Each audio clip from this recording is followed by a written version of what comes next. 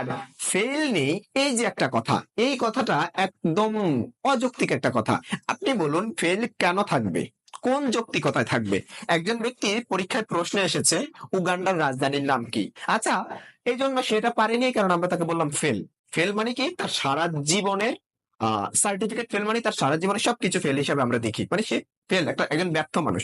আপনি আমাকে বলুন, ও যদি ওই দেশের রাজধানীর নাম না জানে, এতে কি ও রান্না করতে পারতো? এটা ভুলে গেছে? এতে কি সে জমিতে কাজ করতে পারতো? এটা কি সে ভুলে গেছে? এতে কি সে বিমান চালাতে পারতো? এটা কি সে ভুলে গেছে?